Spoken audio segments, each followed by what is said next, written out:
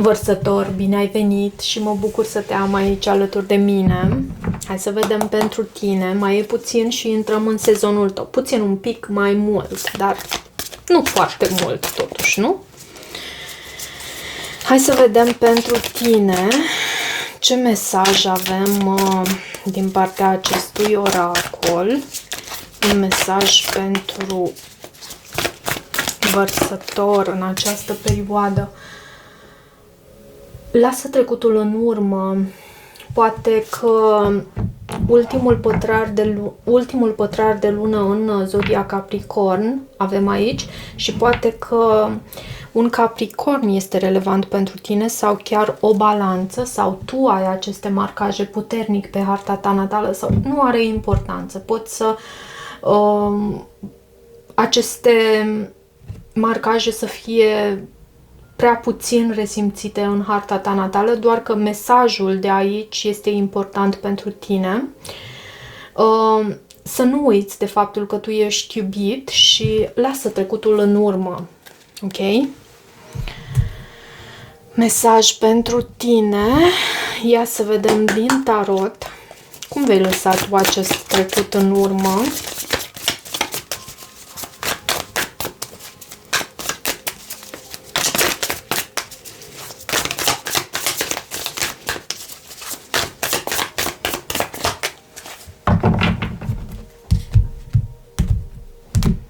Mesaje pentru Vărsător. Pajul de inspirație sau pajul de bâte vorbește despre optimism, ok? Este un card al entuziasmului atunci când tu ești plin de spirit, de viață și 2 de monede, 3 de spade, 9 de bâte. Îți e greu. Da, acest paj de bâte este unul al optimismului și al entuziasmului și pe alocuri simți acest lucru sau pe alocuri, uneori, ok? Doar că sunt și acele momente în care îți vine să te ascunzi de ochii tuturor, îți vine să te ascunzi chiar și de tine. Și e o atracție aici puternică, e un fel de dualitate iarăși între aceste stări de entuziasm, ok, și de suferință iarăși. Asul de monede, 9 de cupe, regina de spade, spânzuratul pe care tu îl lași în trecut, lumea în gândurile tale, 6 de monede, judecata, trezirea, chiar în starea ta emoțională și în același timp sfatul pentru tine. Cartea Moartea este în ceea ce vine din exterior. Faetonul, îți e gândul poate la o călătorie, poate la cineva, la un rac iarăși sau la cineva de la distanță. Iar rezultatul posibil obținut avem Temperanța, care este o carte a vindecării, o carte a moderației, a echilibrului, temperanței, precum și numele acestui card îl sugerează. De ce Asul de monede? Acest nou început cu stabilitate, cu multă stabilitate, deci poate fi chiar un nou început la muncă. Ok, ai început anul cu o ofertă de nou început pe carieră, să zicem. Poate fi vorba și despre dragoste, nu spun nu. Dacă este vorba despre dragoste, este vorba despre un nou început care aduce stabilitate. Ok, asta tu îți dorești. Ce avem aici? 4 de monede. Și ții de acest nou început. E ceva cu stabilitate și uite, văd și împăratul, poate un berbec este relevant pentru tine sau un superior, un șef, un tată. Îmi venea să spun o persoană publică, poate fi vorba și despre acest lucru. E cineva cu autoritate aici, o energie masculină. Poate fi energia ta, de asemenea, faptul că tu știi să acționezi, știi când, știi cum, știi de ce, îți cunoști planul, îți cunoști imperiul și conduci așa prin inspirându-i pe cei din jur să te urmeze. De ce acest 9 de cupe? Da, să te urmeze chiar. E un mod așa bombastic de a mă exprima, dar chiar așa am simțit. De ce 9 de cupe în provocare?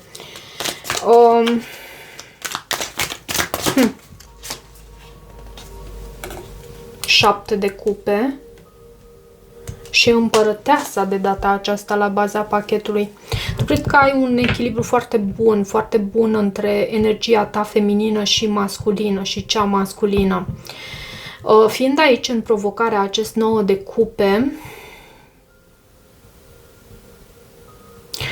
ai grijă să, îmi vine să spun, ai grijă să nu te culci pe lauri, ok? Adică tu ai un vis al tău, ai acest proiect al tău, acest nou început al tău, dar confuzia, poate opțiunile din jur pot să te atragă și să te distragă în același timp de la ceea ce tu ai aici pentru tine. Ce este cu această regină de spade? Este energia ta, regina de spade te reprezintă pe tine sau un alt vărsător, gemeni în balanță, dar cred că ești tu aici, în această regină de spade, o persoană extrem de inteligentă, intelectuală chiar, și văd și regele de monede. Poate chiar urmărești să îți construiești afacerea ta, pentru că reprezintă această persoană abundentă, această persoană valoroasă, această persoană, uite câte bogății are aici în jurul său. Totul e din aur. Are această putere de a transforma tot ceea ce atinge în aur.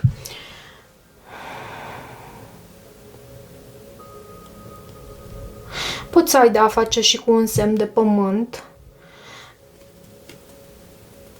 Cineva care să îți fie alături aici și față de care să existe reciprocitate. Nu doar această persoană lângă tine, cât și tu lângă această persoană. Deci poate reprezenta și o persoană. În subconștientul tău ești ca un inginer și ai această asociere dintre aer și pământ. Aer ceea ce înseamnă comunicare, intelect, adevăr, integritate, și acest rege de monede care se referă la valoare, la echilibru, centrare, ok? Deci ai aceste calități ale tale de care poți să te folosești. Ce este cu acest spânzurat? Ce este cu acest spânzurat? Uite ce a venit. Mama mia, mă gândeam că este împăratul și împărăteasa, dar nu, este împărăteasa și 10 de monede. Am avut sentimentul pentru o clipă că este împăratul în acest 10 de monede. Uite, însă avem acest 2 de cupe. Doiul de cupe vorbește despre un parteneriat și poate ai avut de a face cu un pești, un taur, balanță, un semn de pământ, un semn de apă, iarăși. Însă aici tu lași ceva în urmă, pentru că e și ceva cu blocaj. Uite, avem și acest 2 de spade și 5 de spade, asta pentru că a existat conflict, decepție, în funcție de caz, ok? În funcție de situația fiecăruia.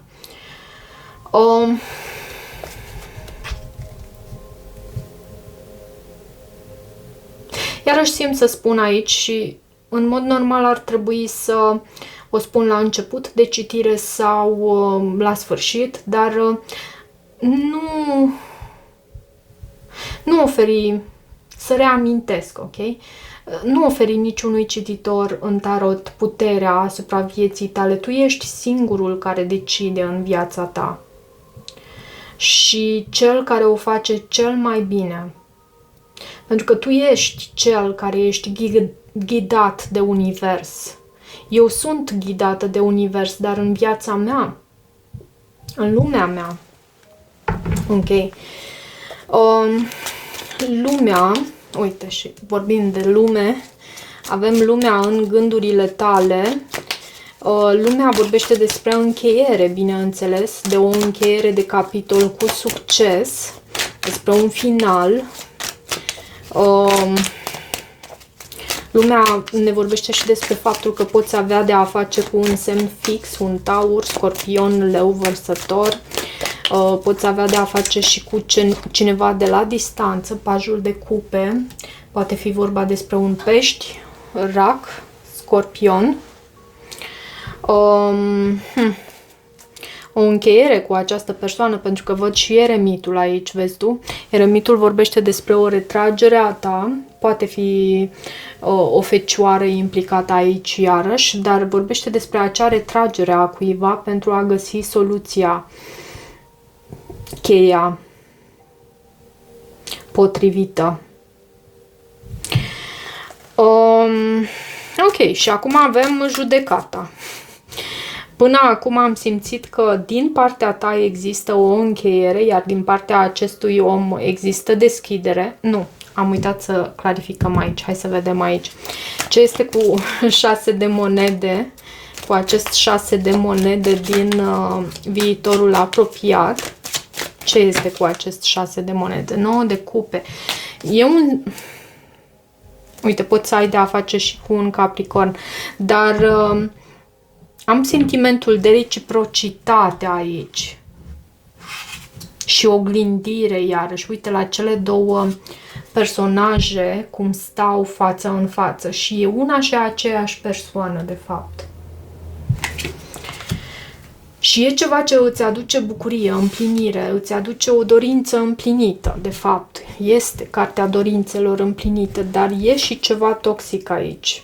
E și ceva toxic pe care tu îl recunoști și acest lucru să știi că te ajută atunci când tu reușești să numești ce reprezintă în viața ta această toxicitate, ce este această toxicitate, să o arăți acolo și să pui punctul pe ei, să-i spunem, atunci tu vei începe procesul de vindecare și având această carte judecata în starea ta emoțională și în același timp în sfatul pentru tine, eu cred că tu ai pus deja punctul pe ei aici. Scuze. Mă restrâng imediat. De ce acest card judecata? Magicianul. Da, ai pus punctul pe ei. Judecata vorbește despre reînnoire. Judecata vorbește despre reconciliere. Judecata vorbește despre conștientizare la nivel înalt atunci când cu tot sufletul tău tu știi de fapt cum stau lucrurile. Și îți dai seama că ai și resurse pentru a merge pe mai departe. Ai toate resursele la tine pentru... uite, și cartea... Cum să o numesc? Cartea aceasta de cunoaștere ezoterică, să zicem. Cartea magicianului. Cartea cu... vrăjile. Sper că nu o veți lua literalmente. E vorba despre o anumită conduită a ta și în același timp da, o anumită conduită a ta. Ok. De ce această carte Moartea? De ce această carte Moartea în energia care vine din exterior? Ce este cu această carte? Judecata. Judecata, judecata. O avem de 2 ori.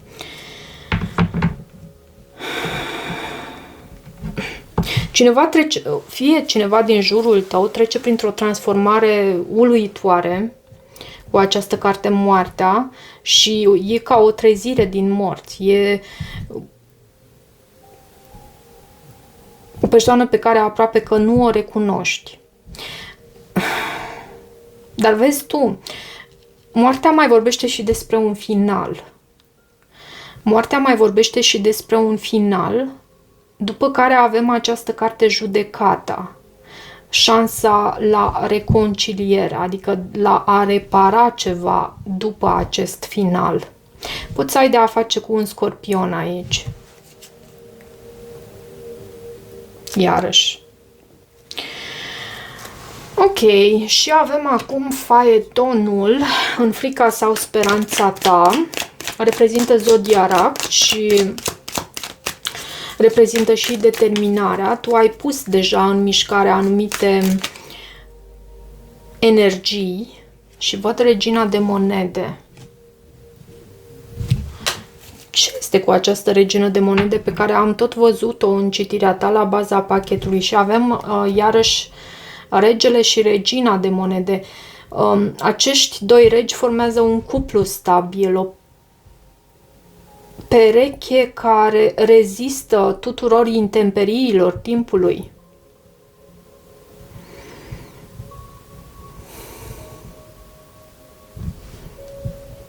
În frica sau speranța ta,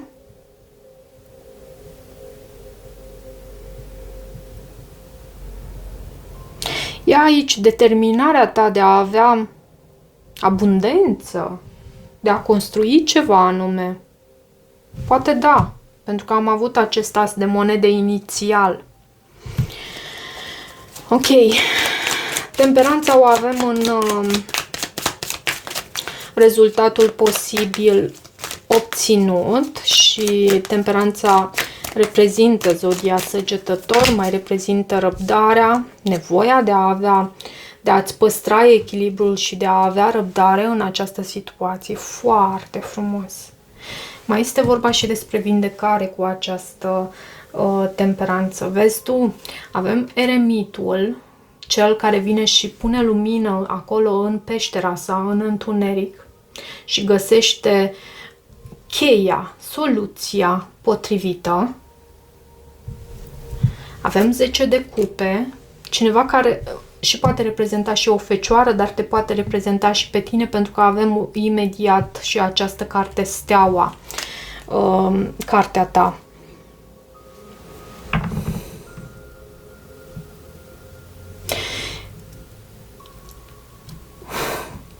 Vindecare și nevoia de a lăsa trecutul în urmă. Popularitate pentru tine, poate chiar. Și nu uita de faptul că ești iubit. Ok, hai să văd un sfat pentru tine din acest oracol. Ce sfat avem pentru Vărsător? Acest card. Transformare, și am văzut această transformare la tine sau la cineva din jurul tău, proces în care tu trebuie să ai încredere, pentru că totul este așa cum ar trebui să fie și rămâi deschis la schimbare, rămâi deschis la schimbare, la transformare, la tranziție. E un proces pentru tine în care tu lași trecutul în urmă, posibil ai încheiat un anume capitol, fie într-o situație din viața ta, fie cu o anumită persoană. Și ai încredere în acest proces. Ok, dragilor, cam atât pentru această citire. Vă mulțumesc mult pentru faptul că îmi sunteți alături. Vă mulțumesc cu sufletul pentru acest lucru. Dacă rezonați cu acest mesaj, nu uitați să vă abonați canalului, să mai treceți pe aici, să îmi lăsați o apreciere și un comentariu.